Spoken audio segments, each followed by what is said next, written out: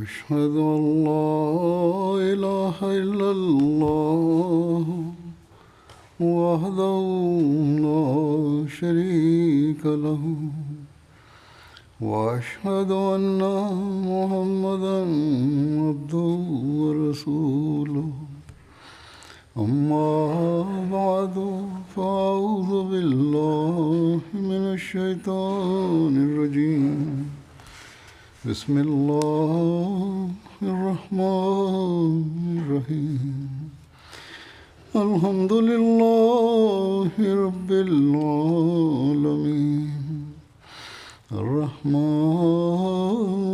الرحيم مالك يوم الدين إياك نعبد وإياك نستعين اهدنا الصراط المستقيم صراط الذين أنعمت عليهم غير المغضوب عليهم ولا الضالين.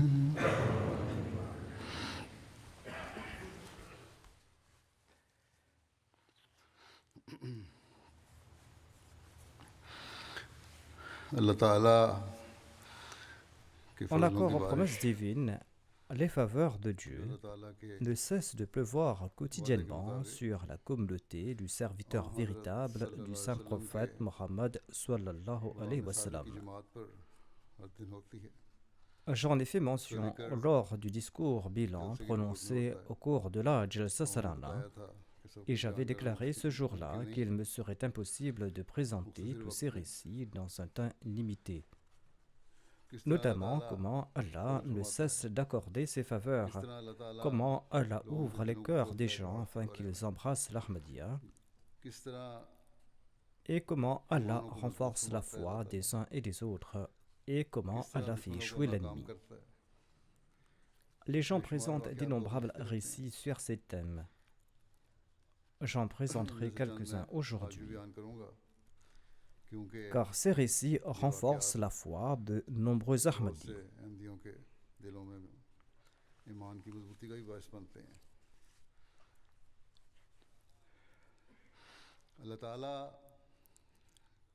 Allah guide vers la Jamaat des âmes pieuses par diverses méthodes de prédication,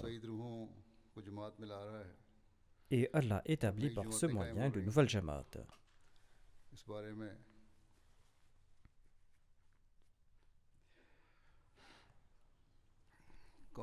Au Congo-Kinshasa, nous avons une station radio FM.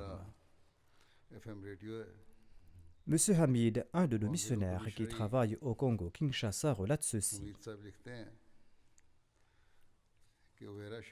Monsieur Issa, un imam d'une mosquée locale, nous a contactés après avoir entendu une de nos émissions à la radio, et il s'est rendu à notre centre. Il a compris le message de la Jamaat et il a prêté le serment d'allégeance. De surcroît, il est retourné dans son village pour prêcher notre message.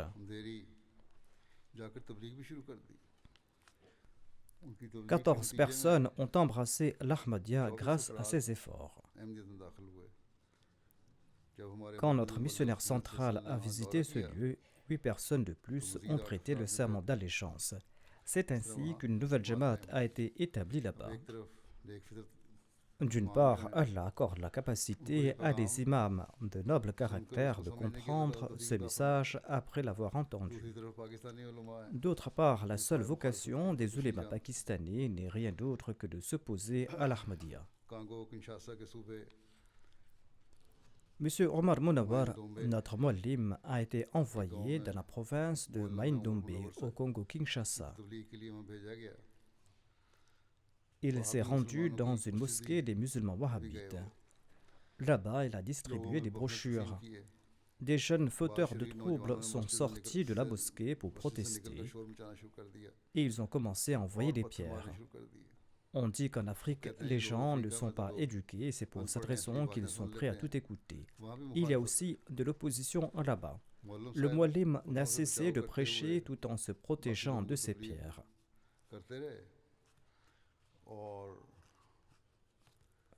Ceux qui étaient présents étaient impressionnés par la patience et le calme de l'audience.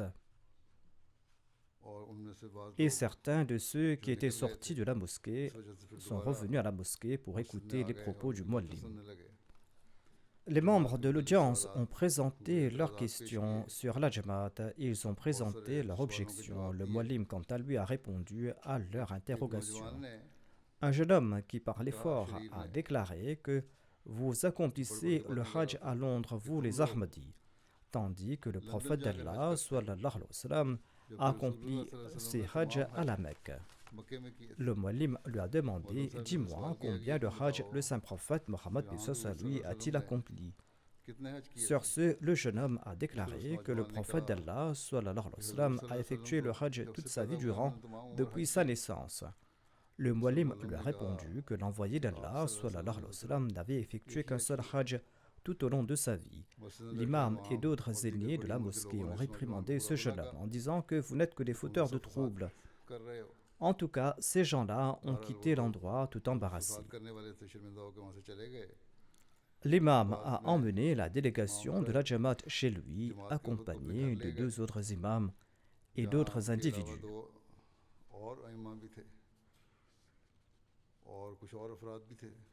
Ainsi, 42 personnes ont prêté le serment d'allégeance après avoir été touchés par la prédication de ce muallim de la Jamaat Ahmadiyya. Et c'est ainsi qu'une nouvelle Jamaat a été fondée là-bas.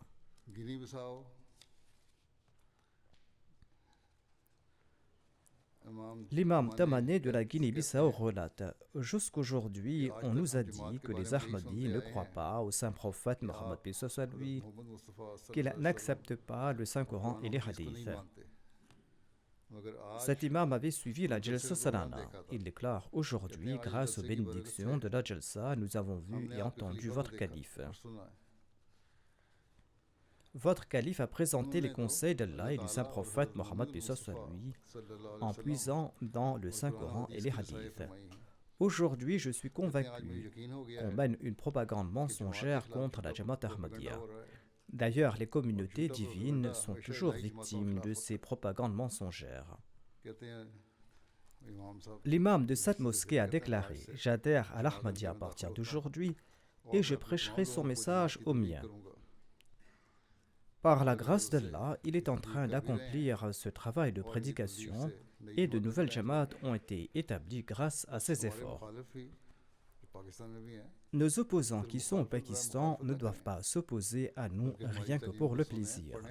Ils doivent écouter ce que dit notre enseignement, comprendre nos enseignements, lire nos enseignements, ensuite présenter leurs objections. Le Messie premier l'Islam a répété la même requête à maintes reprises. L'Amir Sahib du Libéria relate un récit sur le soutien d'Allah malgré l'opposition.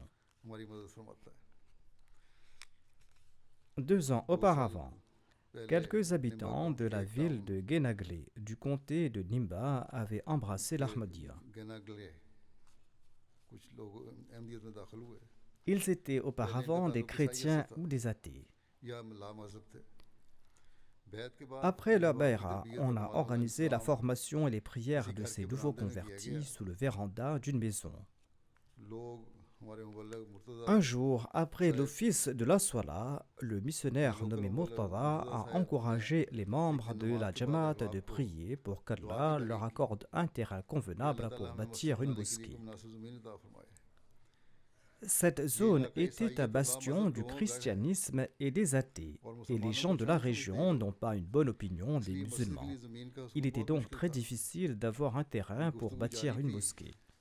Lors de la conversation, un certain M. Dahan, qui était athée, s'est levé et a déclaré « Depuis que le missionnaire visite notre village, j'ai remarqué son comportement exemplaire.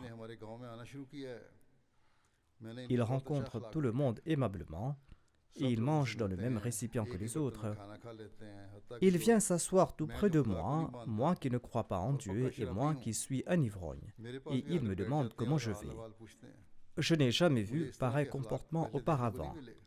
Je possède un terrain sur lequel j'avais prévu de construire ma maison, mais aujourd'hui j'offre ce terrain pour la mosquée. » Après quelques jours, il a prêté le serment d'allégeance et il a renoncé entièrement à l'alcool. Il s'est transformé entièrement et il ne cesse de grandir dans sa sincérité. Sa ferveur est telle que les gens ont immédiatement constaté qu'il s'est transformé entièrement.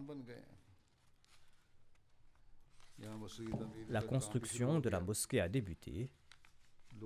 D'aucuns ont demandé au chef d'interdire la construction de la mosquée. Mais M. Dahan a insisté en disant que j'ai offert ce terrain pour construire une mosquée et une mosquée sera construite ici. La construction s'est achevée et c'est la première mosquée de la région. Cette mosquée se nomme la mosquée Nour.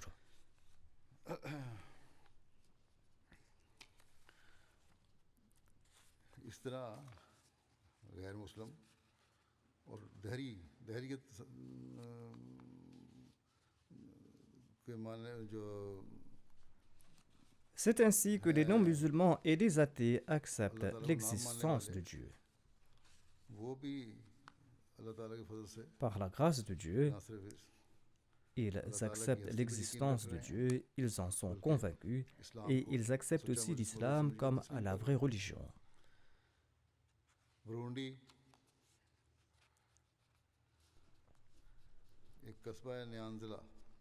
Nyanzalak est une ville du Burundi. L'opposition contre la Jamaat y fait rage car il y a aussi des musulmans dans cette zone. L'imam de la mosquée sunnite a tenté par tous les moyens de fermer la mosquée de la Jamaat. Pour ce faire, il a rencontré les responsables de l'État, mais ces complots n'ont pas porté leurs fruits. Notre muallim nommé Hamza Andovimana a été appelé par l'imam de cette mosquée pour une session de questions et de réponses. Les débats ont débuté sur la question de la mort de Jésus. Quand notre muallim a prouvé la mort de Jésus-Christ avec des preuves du Saint-Coran à l'appui, ces prétendus mollahs n'avaient pas de réponse et ils ont commencé à se disputer avec le muallim et ont émis un fatwa de mécréance contre la Jamaat. Sur ce, un chrétien s'est levé et il a soutenu la position de la Jamaat et il a expliqué aux mollahs que la communauté ahmadiyya suit l'islam et que votre islam à vous est incompréhensible. D'autre part, une altercation a éclaté entre les mollahs de cette mosquée et les autorités ont dû intervenir et leur mosquée a été fermée par les autorités pour 3 mois. La mosquée de ceux qui voulaient fermer la nôtre a été mise sous scellé. Partout, les prétendus mollahs ont recours à la même machination, notamment de faire fermer les mosquées des Ahmadis. À l'instar du Pakistan, s'ils n'arrivent pas à fermer ces mosquées, ils démolissent les minarets et les mihrabs. La loi du Pakistan ne stipule nulle part que les Ahmadis n'ont pas le droit de construire des minarets. Or, l'État pakistanais est contraint de s'agenouiller devant ces prétendus ulémas. En tout cas, ils font de leur mieux pour nuire à la Jamaat. Mais Inch'Allah, un jour, ils vont tous disparaître.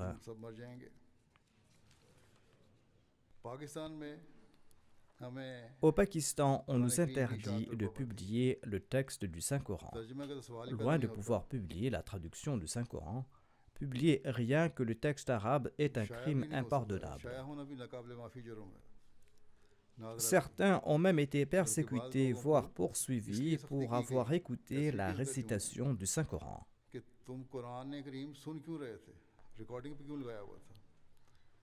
Tel est l'islam de ces prétendus musulmans. Les mollahs ont corrompu la religion. D'autre part, comment Allah nous ouvre-t-il la voie? Comment diffusons-nous le Saint-Coran dans différents pays dans le monde? Comment notre Coran est-il apprécié partout? Notre traduction, quelle qu'en soit la langue, attire l'attention des gens.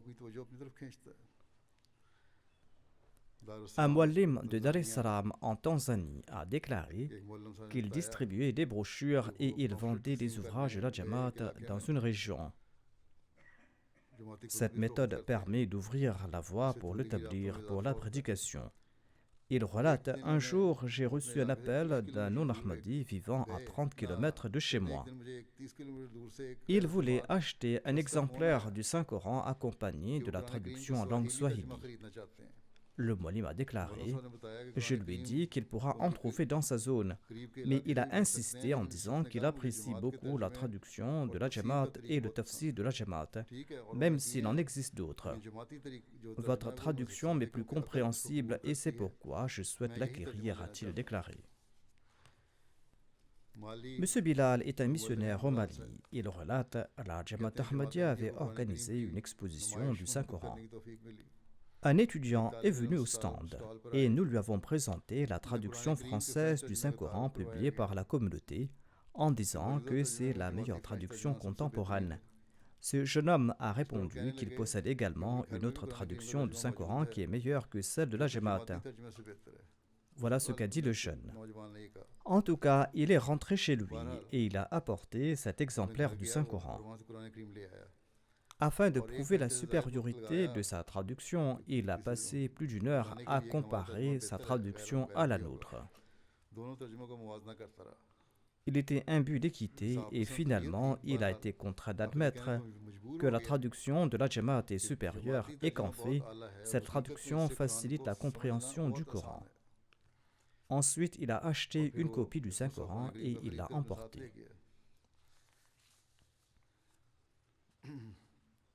Comment l'enseignement de la Jamaat et comment la littérature du Messie premier d'Islam permettent-ils de faire connaître les véritables enseignements de l'islam et comment ces ouvrages établissent-ils la foi en Allah chez les musulmans, ces musulmans qui sont imbus de bonne nature? Permettez-moi ici de présenter un incident.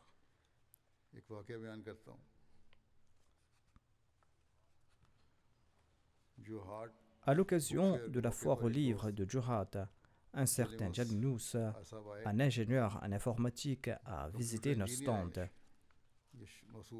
et il a vu là-bas l'image du Messie premier d'Islam et les livres de la Jamaat.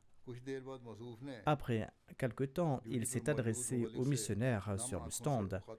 Il avait les yeux en larmes. Il a déclaré, « Si je suis musulman aujourd'hui, c'est uniquement en raison de la Jamaat Ahmadiyya qui m'a accordé de grandes faveurs. » On lui a demandé s'il était Ahmadi et quelle est la faveur que la Jamaat Ahmadiyya lui a accordée.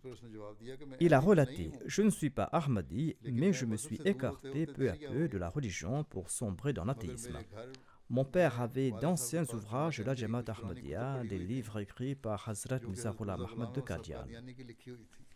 J'ai étudié ces ouvrages et les arguments présentés par Hazrat Mirza Saheb à propos de l'existence de Dieu dans ces ouvrages m'ont ouvert les yeux. Je n'avais pas de réponse et la foi en Dieu a foisonné en moi. C'est ainsi que des athées rétablissent la foi en Dieu grâce aux ouvrages de la communauté Ahmadiyya. Il déclare, j'étudie le matériel présenté par le site web de la Jamaat Ahmadiyya. Les arguments présentés par votre communauté en faveur de l'islam renforcent ma foi et augmentent ma connaissance. Et je suis musulman aujourd'hui en raison de la communauté Ahmadiyya. Dans certains pays du monde occidental, en Suède ou au Danemark, par exemple, on outrage le Saint-Coran. Lorsque nous présentons les beaux enseignements de l'islam, l'attitude de ses opposants change. Aujourd'hui, c'est la Jamaat Ahmadiyya qui soutient le Saint-Coran en élevant le statut du Saint-Coran et en transmettant les véritables enseignements du Saint-Coran. Une Allemande avait visité une exposition de livres de la Jamaat et une exposition du Saint-Coran. On y avait présenté divers aspects de l'islam lors de cette exposition en citant des références tirées du Saint-Coran et des hadiths. Ces références avaient pour but de démontrer que l'islam n'est pas une religion qui prône l'extrémisme.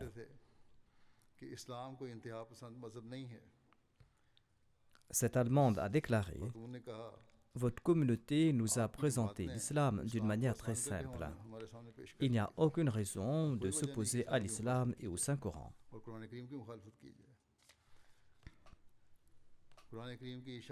Je présente un autre incident sur la diffusion du message du Saint-Coran et les ouvrages sur les enseignements islamiques, ainsi que leur effet chez les autres. Shabana Yasmin Sahiba est une professeure musulmane qui a visité la foire du livre de Golaghat. Le rapporteur déclare: elle était très heureuse de visiter notre stand et elle a directement pris la traduction du Saint-Coran en langue assami. Cette exposition avait lieu en Assam, en Inde. Elle a dit à son collègue professeur: aujourd'hui, mon rêve est devenu réalité. Je cherchais depuis fort longtemps une traduction en assami du Saint-Coran. J'avais un enseignant qui m'a demandé à plusieurs reprises une traduction en assami du Saint-Coran, mais je n'en disposais pas et j'ai pas pu lui offrir sa traduction en langue assamaise. C'est pour cette raison que j'avais de grands regrets et je me lamentais de ma condition de musulmane. Aujourd'hui, après le décès de mon professeur, j'ai trouvé cet exemplaire du Saint-Coran. Je l'aurais acheté même s'il coûtait des milliers de roupies.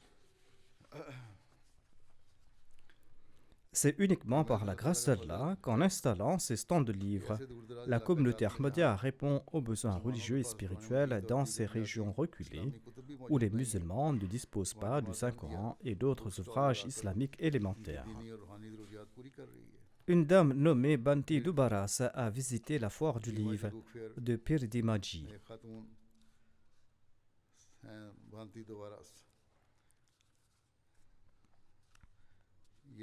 Elle est en train de construire un temple en hommage à Shiva et elle prêche l'hindouisme. Elle était surprise de voir nos stands de livres islamiques dans une région où la population musulmane est très faible. Elle s'est approchée de notre stand pour entamer une conversation et elle est repartie très contente. Le lendemain, elle est revenue et elle a apporté des fruits pour ceux qui étaient présents sur le stand. Elle était très heureuse de voir le Saint-Coran. Elle en a acheté une copie et elle a déclaré: aujourd'hui, vous avez réalisé un de mes rêves. Elle a acheté une copie du Saint-Coran, l'a placée sur sa poitrine et a pris une photo avec. La République tchèque est un pays d'Europe de l'Est. Le missionnaire de ce pays relate: un jeune homme est venu sur notre stand. Il a déclaré qu'il a tiré la conclusion que Dieu existe, mais il ne comprenait pas quelle religion pouvait le conduire à Dieu. Il relate: j'ai longuement examiné de nombreuses religions à fond et je suis arrivé à la conclusion que la communauté Ahmadiyya a présenté la réponse à toutes mes questions, réponse qui réconforte mon cœur et mon esprit, et je sens de la spiritualité ici. Les mollahs doivent nous répondre ici, qui inspire dans les cœurs et les esprits des gens les enseignements du Saint-Coran.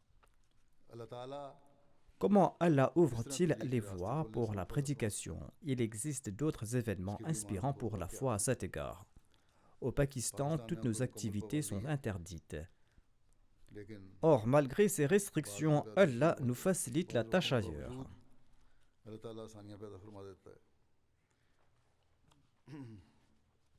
Un missionnaire de la Guinée-Bissau relate: nous avions visité le Cap-Vert en décembre dernier.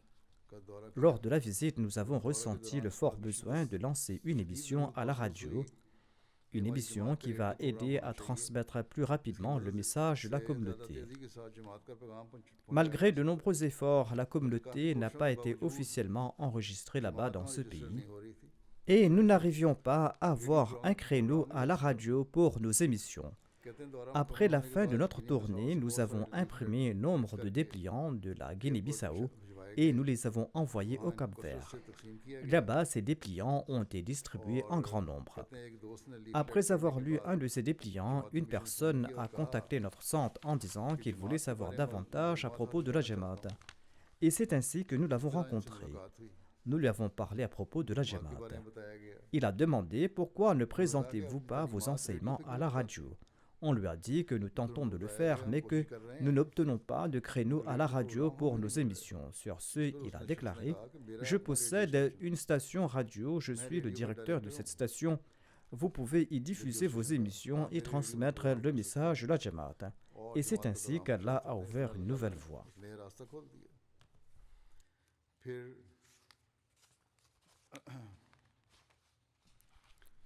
Le missionnaire du Mali rapporte ceci.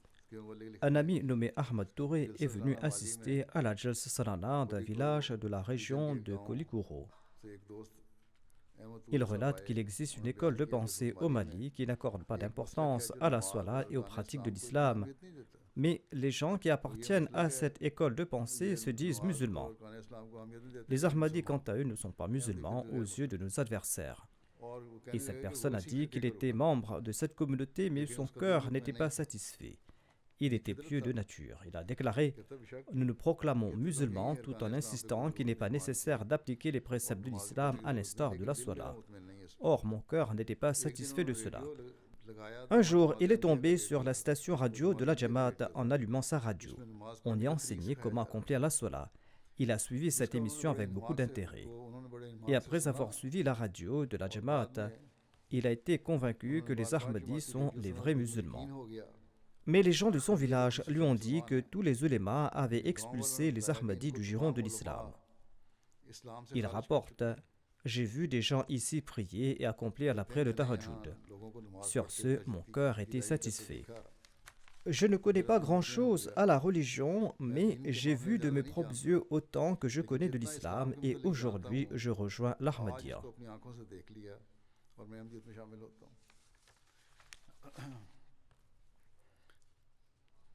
Le Saint-Coran est le dernier livre de loi divine.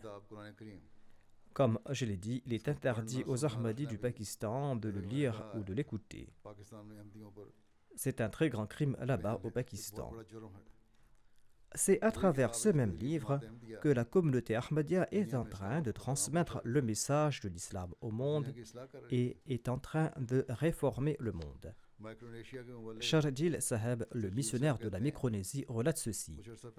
Un certain Simon Gideon nous a contactés quelque temps de cela et il a reçu une copie du Saint-Coran de notre part. Après quelque temps, un jour à l'improviste, il m'a dit qu'il souhaitait me rencontrer. Arrivé à la mosquée, il a déclaré que j'ai lu la Bible en détail toute ma vie, mais malgré mes efforts, ces enseignements n'ont pas eu d'effet sur mon cœur. Je n'en ai rien compris. Mais depuis que je lis le Saint-Coran, j'ai l'impression que chaque parole du Coran pénètre droit dans mon cœur. J'étais surpris quant au fait que je m'étais trompé toute ma vie et que j'étais privé des enseignements du Saint-Coran. Par la suite, j'ai informé ma mère que je partais à la mosquée et que je vais embrasser l'islam. Mes proches qui étaient présents ont tenté de me dissuader en disant que c'était là une grande erreur de ma part et ils m'ont traité de tous les noms. Je leur ai dit que je suis devenu musulman de tout mon cœur et qu'ils peuvent faire ce qu'ils souhaitent. Monsieur Simon avait les yeux en larmes lorsqu'il relatait ces faits, dit le missionnaire. Non seulement a-t-il embrassé l'Ahmadiyya, mais il a également prêché le message de l'islam courageusement. Comment les âmes pures embrassent-elles l'islam dans différents pays du monde par l'entremise de la communauté Ahmadiyya? L'émir de la Jamaat de l'Espagne relate ceci. Un certain Francisco Pesos, un Espagnol, est devenu musulman en janvier 2023 après de longues recherches. Il considère l'islam comme une vraie religion, mais il était préoccupé par la division régnant chez les musulmans. Il comprenait que les musulmans ne pourraient plus s'unir après le califat d'Ali. Et il était au courant de l'histoire de l'islam et il s'était converti à l'islam. Il savait également que l'islam serait uni de nouveau sous l'égide du califat. Mais où trouver ce califat? En mars 2023, il est entré en contact avec M. Tariq, un Ahmadi. Il lui a conseillé d'entreprendre des recherches sur l'Ahmadiyya. Il l'a fait pendant 3 mois et ensuite il a prêté le serment d'allégeance en toute conviction. Et à présent, il vient pour les prières du vendredi. M. Khomrov Torgun est originaire du Tadjikistan. Il réside ces jours-ci au Kirghizistan. Il relate «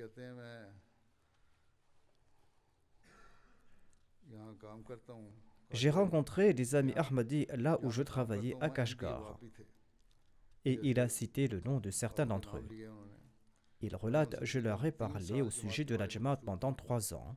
Par la suite, j'étais convaincu que la communauté Ahmadiyya représente l'islam véritable et que Mirza Ghulam Ahmad al-Islam est le Messie promis et que Jésus-Christ, le Messie, est décédé.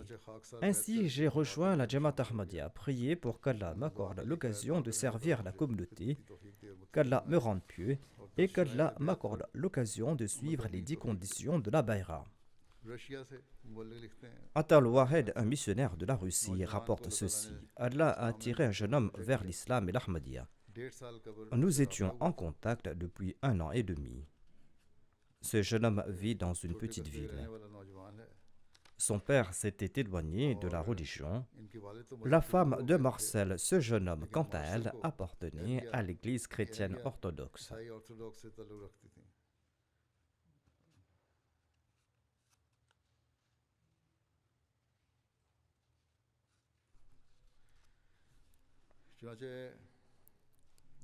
Le frère aîné de Marcel est chrétien, mais il était quant à lui attiré vers l'islam en raison des origines de son père qui était musulman.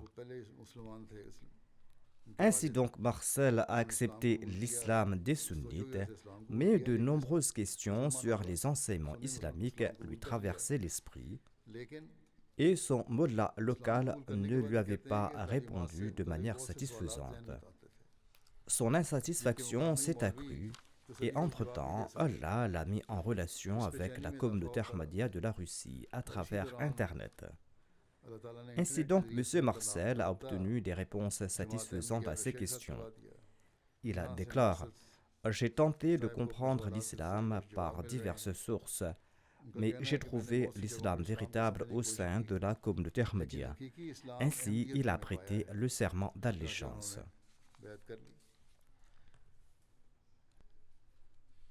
Le missionnaire en charge des îles Philippines déclare quant à lui: 139 personnes ont prêté allégeance sur une des îles de l'archipel, dont le directeur d'une école et 2 imams.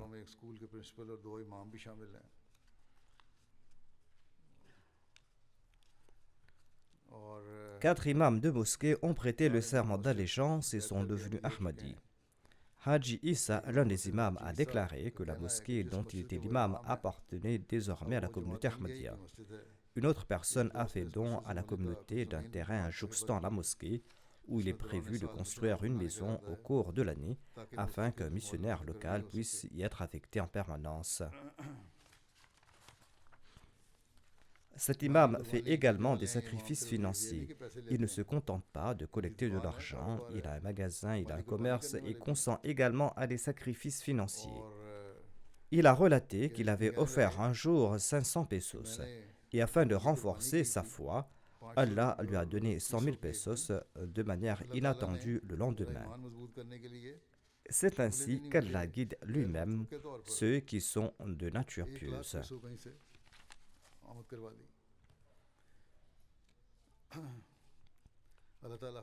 Le missionnaire de la région de Sikasso au Mali relate ceci: Monsieur Marwan Koulibaly est venu à la mission Ahmadiyya en disant qu'il souhaitait prêter le serment d'allégeance. Il écoutait avec engouement la radio Ahmadiyya et il était d'accord avec la plupart des aspects liés à la communauté, mais il n'était pas enclin à prêter le serment d'allégeance. Il a dit que la veille, il s'était endormi en écoutant la radio et qu'il avait vu en rêve que la lune brillait dans le ciel et que des images de 2 personnes sont apparues dans la lune. L'une de ces images était grande et l'autre était petite, et les enfants à proximité s'écriaient: ce sont les images de l'imam al-Mahdi et de son calife. Ils sont arrivés.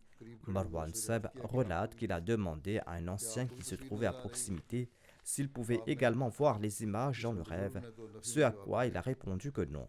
Cependant, il a dit que son cœur était satisfait du fait que l'Ahmadiyya, qui annonce la venue de l'imam al-Mahdi, est la vraie Jamaat. Et lorsqu'il a vu des images du Messie premier l'Islam et des califes, il a reconnu que la plus grande image était celle du Messie premier l'Islam et que l'autre était la mienne, c'est-à-dire celle du calife, et il a dit que c'étaient les mêmes images qu'il avait vu dans son rêve. L'Amir Seb de la Jamaat de l'Espagne écrit ceci. Monsieur Carlos a prêté le serment d'allégeance cette année. Il avait déjà embrassé l'islam et avait pris le nom d'Abdus Salam. Dans un rêve, il a vu le Messie promet l'islam l'invitant à la paix. Après ce rêve, un jour, quand sa femme lui montrait quelque chose sur l'internet, il a vu la photo du Messie promet l'islam. Il a dit qu'il s'agissait de la même personne qui l'invitait à la paix dans son rêve. Il a entrepris des recherches sur l'Ahmadiyya et après quelques jours, il a fait un autre rêve. Et dans ce rêve, le Messie promet l'islam lui a dit que je suis l'imam al-Mahdi et le Messie. Après ce songe, bien que son cœur ait accepté l'Ahmadiyya, il n'a pas prêté officiellement allégeance et il a poursuivi ses recherches. Il a vu le Messie promet l'islam en rêve une troisième fois avec une expression de mécontentement au visage. Il a contacté immédiatement la communauté et il a prêté le serment d'allégeance.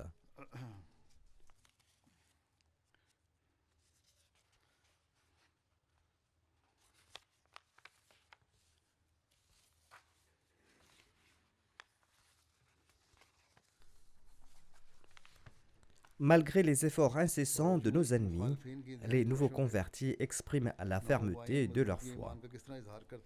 Un membre âgé de Mehdi Abad au Burkina Faso du nom de Seydou Djika relate ceci. Quand la majorité de notre village a embrassé l'Ahmadiyya, l'un de mes cousins vivant en Arabie Saoudite nous a appelés et il a pris en charge tous nos frais de voyage. Il nous a fait venir en Arabie Saoudite, il nous a fait visiter la Sainte Kaaba et il a dit ce sont les lieux saints de l'islam. L'islam est né ici et pas au Pakistan. Par conséquent, adhérer aux croyances wahhabites et renoncer à l'Ahmadiyya. J'ai dit, tu nous as fait venir ici pour nous dire tout cela. Il a fait un signe de la tête en guise d'affirmation. Sur ce, j'ai répondu, je me tiens à l'ombre de ce lieu saint et j'implore Dieu pour que je ne répudie jamais l'Ahmadiyya. Il ajoute, dans l'enceinte de la Sainte Kaaba, j'ai prié pour qu'Allah préserve ma foi tout au long de ma vie et pour que je ne me détourne jamais de la foi. Par la suite, je suis retourné au Burkina Faso. Il se trouve que le même cousin est venu au Burkina Faso pour rendre visite à sa famille et à ses proches. Al-Hajj Ibrahim lui a prêché l'Ahmadiyya et par la suite il est devenu Ahmadi. Et en conséquence, il est entré dans le giron de l'Ahmadiyya. Ainsi, celui qui cherchait à nous éloigner de l'Ahmadiyya est devenu lui-même un Ahmadi. Voici un récit sur la résolution et la détermination face à l'opposition. L'émir de la Jamaat du Burkina Faso relate ceci. Le muallim de la région de Dori, M. Oumar Diko, a relaté ceci. Un jour, un groupe de religieux wahhabites est venu chez moi et ils m'ont demandé de renoncer à l'Ahmadiyya, sinon ils me tueraient. J'ai répondu, vous pouvez me tuer, mais il m'est impossible de renoncer à l'Ahmadiyya et je ne cesserai pas de prêcher le message de l'Ahmadiyya. Sur ce, les mollahs sont partis furieux. Le lendemain, des hommes armés sont venus chez Omar Diko et les autres membres Ahmadis lui ont conseillé de se rendre à Dori. Cette nuit-là, le muallim s'est consacré à la prière avec les membres de sa famille et il a demandé conseil à Allah. Le muallim a vu en rêve une personne du nom d'Ismaël. Il lui a dit « Oh Omar, où vas-tu » Il a répondu « À Dori ». Ce à quoi l'homme a répondu « D'accord ». Ainsi, le lendemain matin, après ce rêve, il s'est rendu à Dori en compagnie d'un chauffeur de taxi qui l'a mené à bon port. À son arrivée à Dori, sa femme l'a appelé et l'a informé que les terroristes armés étaient venus à sa recherche. C'est ainsi qu'Allah lui a également sauvé la vie. Badr Adrimi est une personne vivant dans un village nommé Ossine au Nigeria. Il est agriculteur et avant d'embrasser l'Ahmadiyya, il était un membre actif du groupe qui s'opposait à notre communauté. Il relate ceci. Le missionnaire du village m'a présenté le message de la communauté et j'ai voulu en savoir plus à propos de la communauté Ahmadiyya. Après avoir entrepris des recherches pendant un certain temps, j'ai accepté l'Ahmadiyya. Après avoir prêté allégeance, j'ai dû faire face à une forte opposition de la part des autres villageois. Ils m'ont donné un ultimatum de 3 mois pour renoncer à l'Ahmadiyya, faute de quoi ils détruiront ma maison. J'étais très inquiet. Un jour, je suis parti travailler dans mes champs. Une violente tempête s'est abattue et j'étais sûr et certain qu'à mon retour, ma maison serait en ruine. À mon retour, j'ai constaté que toutes les maisons situées à droite et à gauche de la mienne avaient été détruites. Environ 50 maisons étaient en ruine.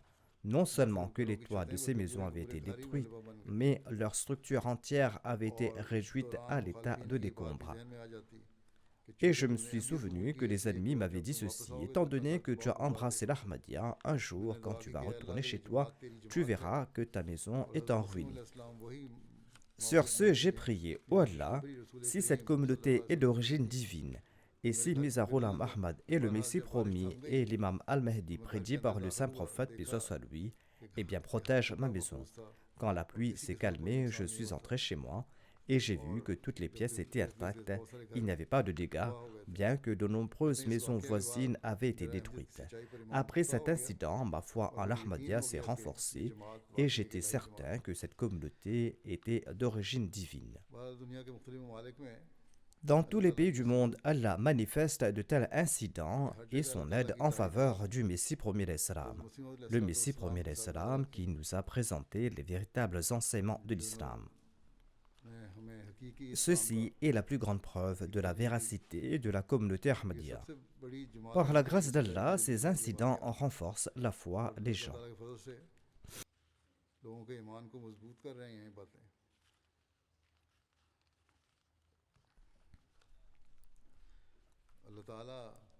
Qu'Allah permette aux gens de ce monde d'en prendre conscience, qu'il leur permette d'atteindre le seuil de la certitude et de la conviction dans leur foi.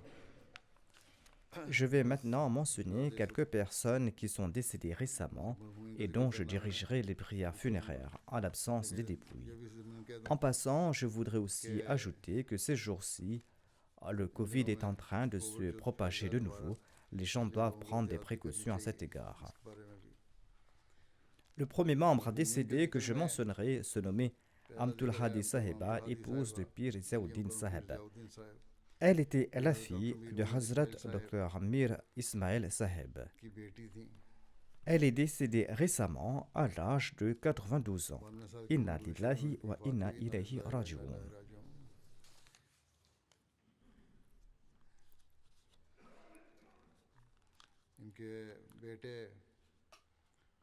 Pir Shabir Ahmad, son fils, est l'émir adjoint de la communauté Ahmadiyya à Islamabad au Pakistan. Son deuxième fils, le brigadier Dabir Ahmad, est administrateur à l'hôpital Fazl Umar. Il a dédié sa vie après sa retraite. La défunte avait également 2 filles.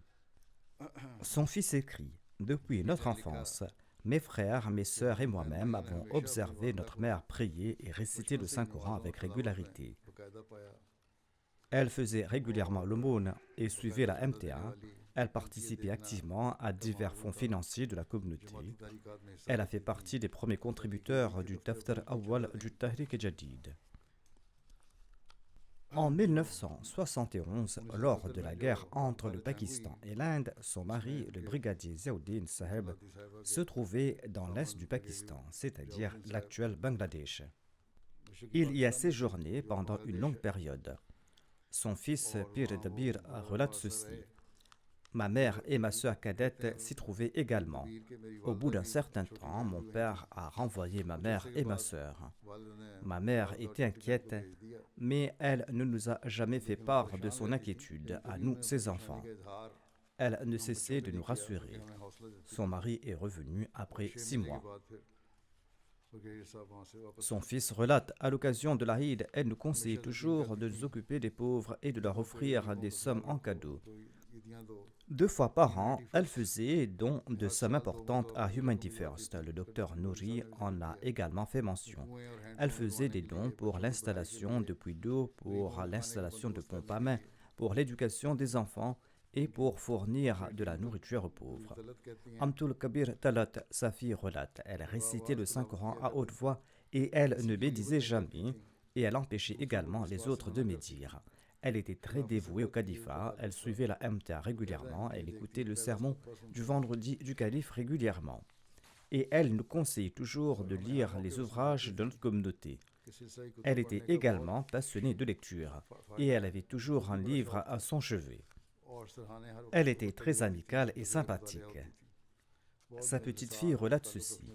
Chaque fois que nous mémorisions un nouveau chapitre du Saint-Coran, elle nous offrait une récompense pour nous encourager.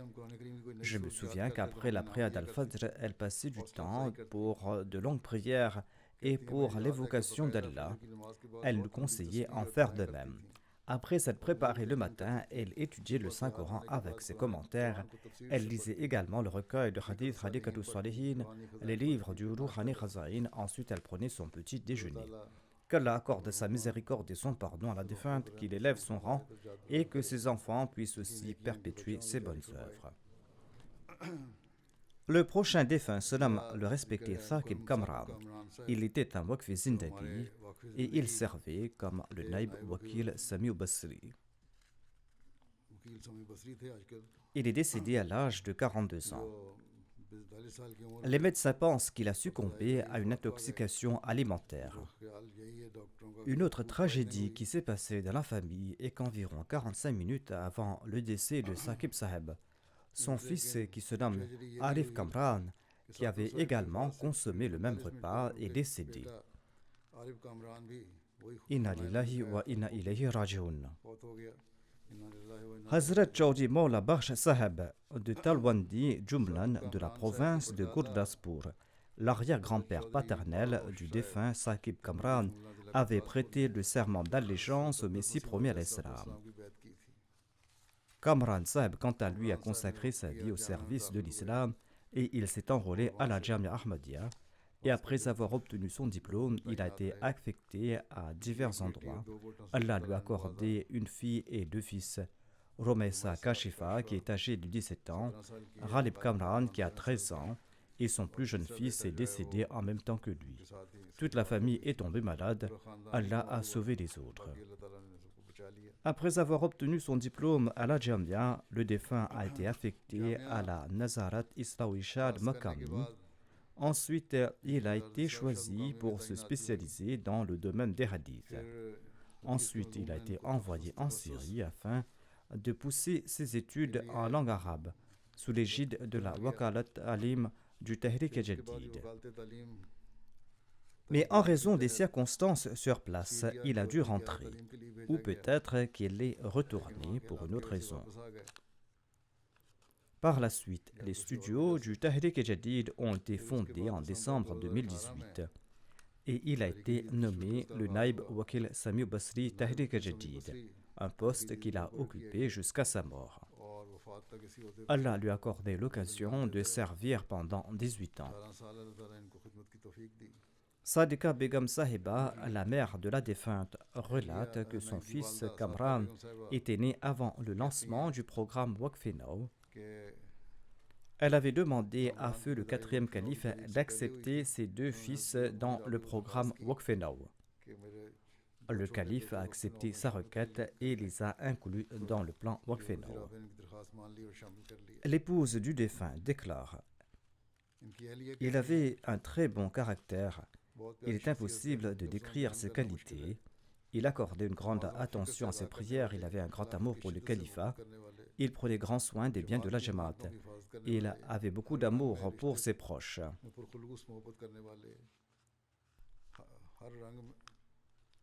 Il faisait montre de beaucoup d'amour dans ses relations avec tout le monde. Et il prenait soin de tous les membres de la Jamaat.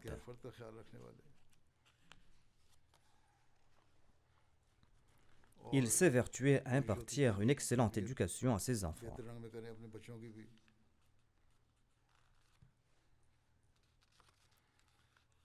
Sa mère a également déclaré qu'il ne parlait jamais d'une voix élevée devant ses parents, tout comme le stipule le Saint-Coran qui affirme qu'il ne faut pas prononcer des mots exprimant le dégoût à ses parents.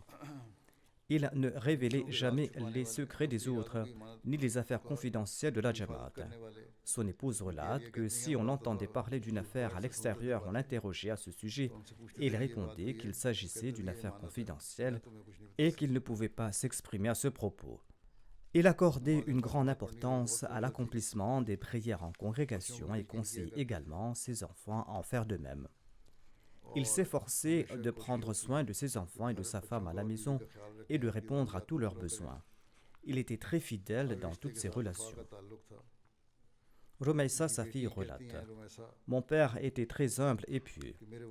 Il s'occupait des pauvres, il était très sage et perspicace. Il faisait preuve d'obéissance et accomplissait régulièrement la prière de Tahajjud. Il avait une façon très particulière de nous former moralement et il était capable de nous enseigner d'un simple geste de l'œil. Il se souciait toujours à propos de notre formation morale et il nous disait toujours que nous étions des Waqfenao et que nous devons toujours en être conscients. Je pouvais lui poser toutes mes questions et il n'était jamais réticent à me répondre, quel que soit son état. Rohan Ahmad Saheb, missionnaire qui est emprisonné en raison de sa foi, déclare « J'ai eu l'occasion de travailler sous sa supervision et sa formation. Il m'a toujours guidé comme un ami compatissant. Il était d'une grande gentillesse et d'une grande bonté. Il possédait de grandes qualités, des qualités d'un leader. Il était un serviteur très sincère de la Jamaat et sa générosité et sa nature compatissante étaient inégalées.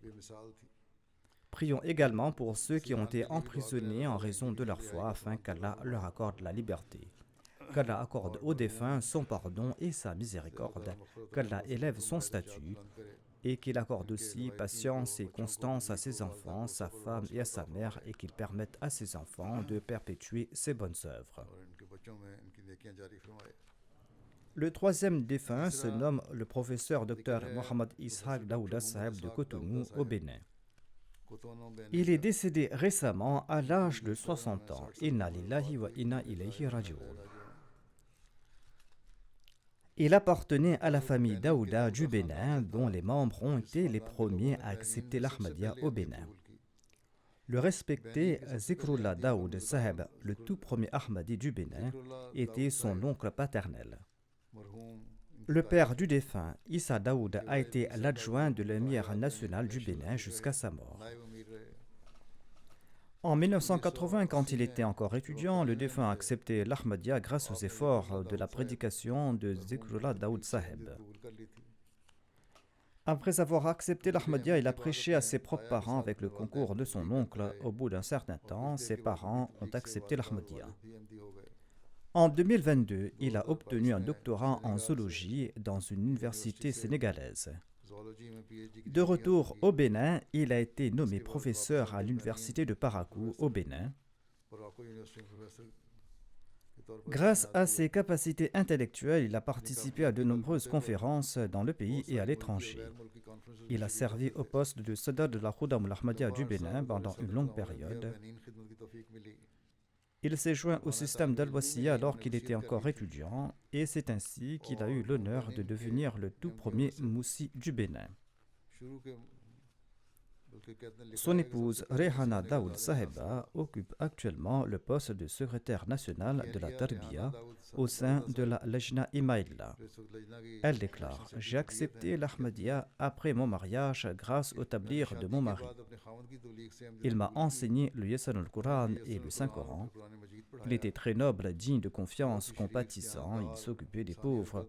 Il était toujours prêt à servir la Jamaat et il était régulier dans ses prières de Tahajjud. Il me conseille toujours de réciter le Saint-Coran à la maison afin que la miséricorde de Dieu pleuve sur nous. » Elle relate, quand il travaillait comme vice-doyen de l'université, un jour, une femme est venue le voir en pleurant pour lui dire que sa fille est en train d'échouer et il lui a demandé de la faire passer.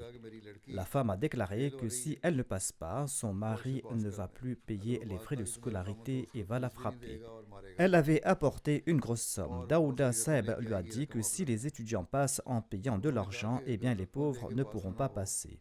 Vous avez apporté cette somme ici pour me corrompre, mais je suis Ahmadi, je ne vais pas faire une telle chose. Vous devez reprendre cet argent et payer les frais de scolarité. Et s'il y a un manque, eh bien je vous donnerai de l'argent. Je ne peux pas, quant à moi, accepter un pot de vin et laisser passer votre fille. Quoi qu'il en soit, elle a laissé le sac d'argent, elle est partie. Je lui ai dit que le sac d'argent est toujours là, il l'a ramassé et l'a porté au comptable de l'université. Lorsqu'on lui a rendu l'argent, cette dame a demandé comment elle savait où elle vivait, car elle ne la connaissait même pas. La femme qui rendait l'argent a répondu que le comptable de l'université le lui avait dit. En fait, il a pris l'argent et l'avait donné au comptable en lui disant de rendre cette somme. Suite à cela, une réunion a été convoquée à l'université et toute l'affaire a été discutée devant les professeurs de l'université d'exécutif. La femme avait apporté au total 300 000 francs et il n'avait que 150 000 francs. C'est le comptable lui-même qui en avait pris. Quoi qu'il en soit, ses adversaires ont voulu l'écarter du poste de vice-doyen en l'accusant d'avoir accepté des pots de vin, mais ils ont échoué. Et par la suite, le personnel de l'université et ses collègues ont ouvertement déclaré qu'il était une personne d'une grande intégrité. Le défunt aidait toujours les veuves pauvres de la région. Il les aidait à réparer leur maison et il traitait leurs enfants avec gentillesse. Il faisait montre d'amour envers chaque membre de la communauté. Lors de son décès, de nombreux professeurs du département de l'agriculture de l'université de Parakou sont venus exprimer leurs condoléances à Porto-Novo. Le professeur Ibrahim a déclaré « Le défunt était une personne très humble et honnête. À l'université de Parakou, il était connu comme Papa Bonheur, qui signifie celui qui est source de bénédiction pour tout le monde. Si quelqu'un était dans le besoin, il lui donnait ce qu'il avait dans sa poche et ne le laissait pas partir les mains vides. Le défunt avait une grande confiance en Allah. Ishaq Daouda Saeb, le défunt, avait un grand amour pour le saint prophète Mohammed lui, pour le Messie premier salam et le califat. Il avait un si grand amour pour le saint prophète Mohammed lui qu'il priait en ces termes. Ô Allah, le saint prophète lui est décédé à l'âge de 63 ans, ne me laisse pas vivre plus longtemps que cela. Il a relaté un jour à un missionnaire que lorsqu'il s'était rendu en France pour une opération du cœur, il était en effet cardiaque, le médecin de l'hôpital a tenté d'enlever sa bague sur laquelle était inscrit « Allah ne suffit-il pas à son serviteur ?» Le défunt a déclaré « N'enlevez pas cette bague, elle sera toujours avec moi car elle me rappelle les bénédictions d'Allah. » Mian Kamar Saeb, qui est l'émir adjoint et missionnaire en charge au Bénin, relate « Lorsque j'étais à Parakou, le défunt, lorsqu'il recevait son salaire, venait à la mosquée avec une enveloppe contenant sa cotisation dans le fonds d'Al-Wasiya et d'autres fonds de la Jamaat et demandait son reçu. Il était toujours souriant. Et lorsque frappait une épreuve ou une difficulté, il disait « Je prie et j'ai également écrit au calife pour des prières. Allah va nous faciliter la tâche. » Il laisse dans le deuil sa femme, 2 filles et 2 fils. Sa fille aînée Aziza Moksita Daouda termine son doctorat en agronomie. Ses 2 fils, Rukib Daouda et Masrour Daouda, étudient l'informatique. Qu'Allah permette à ses enfants de suivre les traces de leur père et qu'il accorde au défunt sa miséricorde et son pardon et qu'il élève son rang. Après la prière du vendredi, je dirigerai la prière funéraire des défunts.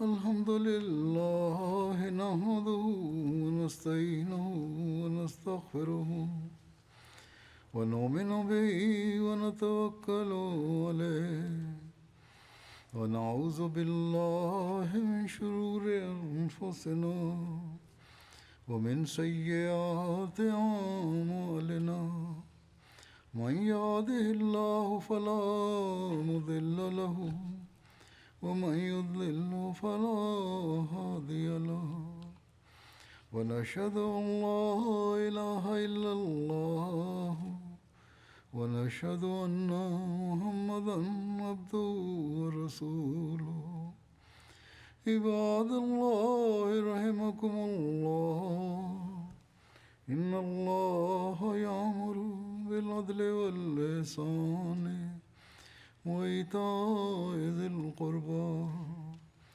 وينهى عن الفحشاء والمنكر والبغي يعظكم لعلكم تذكرون اذكروا الله يذكركم وادعوه يستجب لكم ولذكر الله أكبر